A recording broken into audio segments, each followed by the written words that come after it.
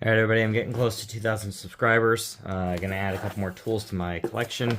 So I ordered from DigiKey. This is a double-ended probe. I know it might give you a little PTSD from the dentist office. There we go. Okay. So these come in handy for like scraping, or if you have to kind of lift up a pin of a microchip.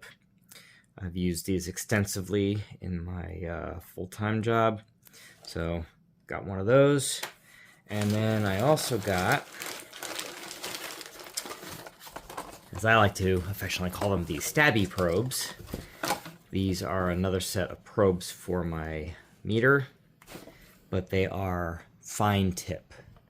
You can see those there. So these will penetrate insulation. So if I need to get in there and check a wire, I've used these in the past. They are also good for, again, with circuit boards, probing pins of chips or surface mount resistors. So these, compare this to that, and you could see the difference in precision that this allows versus this. These are great for home wiring, stuff like that, but these here for electronics, a must-have. They're not cheap. I think these were about 40 bucks, but I've used these, throughout my probably the last 15, 20 years of my engineering career, and they do come in handy. So I wanted a set for myself.